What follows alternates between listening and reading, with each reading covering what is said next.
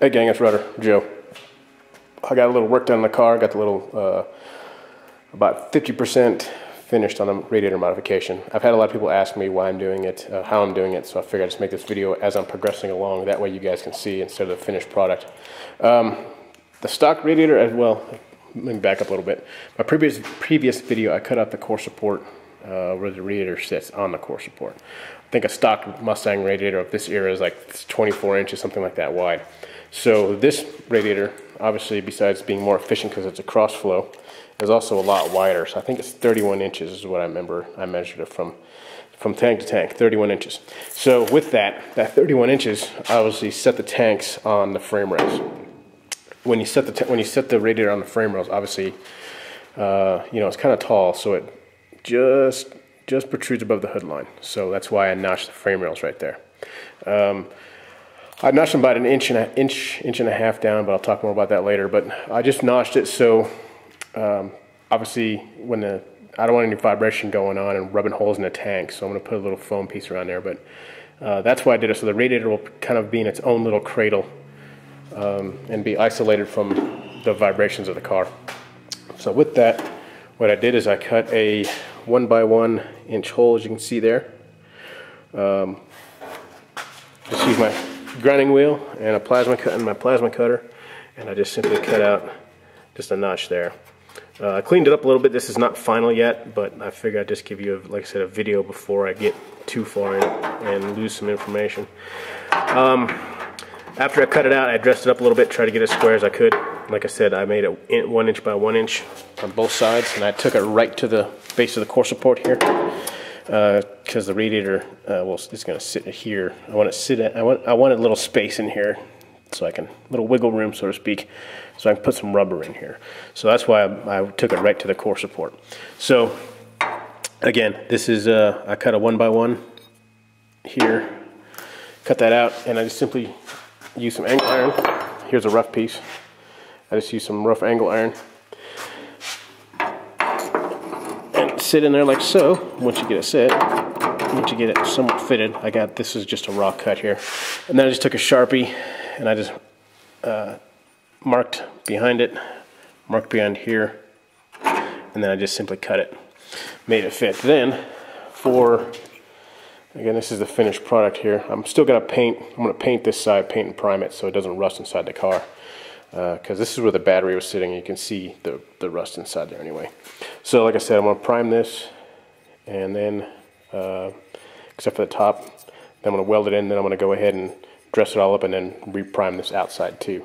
So back to the angle piece. After I cut the size I need, like I said, I cut it 3 1/4 inches. So that should be 3 1/4 from there to there by 1 inch or thereabouts. Then I got some plate steel, and it's pretty thick too. I don't know what gauge that is, but you guys know. But I try to match the frame rails best I could because it's pretty thick on the frame rails. I didn't want sheet metal in there because I don't want to compromise the integrity of this thing. So I used some pretty thick metal. Same with the sides. Right there. Now essentially all I did is when I got the final rough cut on the top to where it'll fit, just simply did with them numbers. Took my Sharpie, highlighted like so, and then I took my grinder and I just cut. I cut on this side, of course, and then obviously since this is a little rounded there, I took my grinder and after I cut it out, and I made a little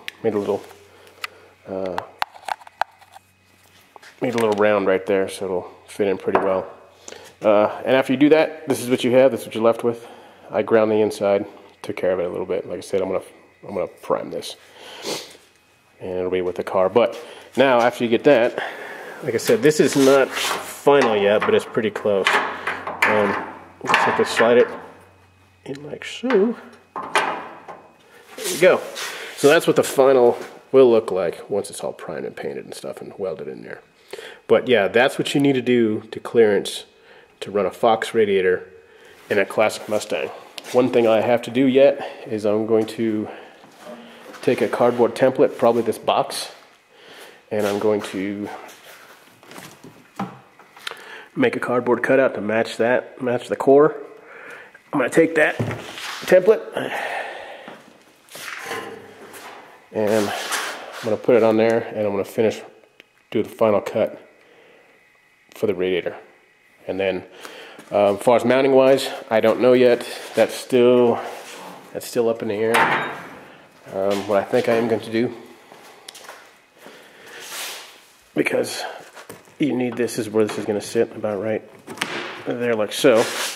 So I'm going to run some rubber grommet in here so it doesn't, you know, it won't vibrate against the piece and cut a hole in this thing or wear a hole. I think what I'm going to do is I'm going to make some bolsters once I get the piece welded, support piece in there. And I'll either just use this, let the radiator just sit in there down here, and then on top, on the top portion behind it here, I might just drill a couple holes and you know, weld some studs to the back of the core support and use that. Again, the radiator doesn't, it just needs to be held in there. It's not like it's in a structural piece of the car. So, you know, I think 5/16 bolts will probably work, 2 of them, maybe 3. I'll put one in the center, I don't know yet. But I still haven't got that far.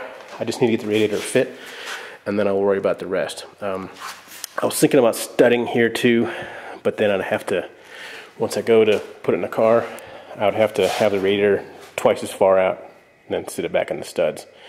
And if I have the engine in here, I don't know how much space I'm going to have between the radiator and the water pump. Those are the water pumps, so I'm going to probably make saddles so the bottom of the radiator will just sit in there just like a standard car, and then just kind of bolt under here. I'll just probably weld this couple studs in here. I do have to clearance for the radiator cap right here. That's no big deal. What I'll do is I'll just I'll use a plasma cutter, cut that out, and then I'll keep the reinforcement. I'll just get a piece of sheet metal and kind of put a bolster under here and then weld it in there, so it'll be kind of keep the structural integrity of this, because I'm really worried about the keeping this car stiff because of this motor that's going to go in here. But yeah, that's how you put a Fox body radiator in a classic Mustang. And I'll have part 2 of this coming up shortly. Thanks for watching, guys. Appreciate it.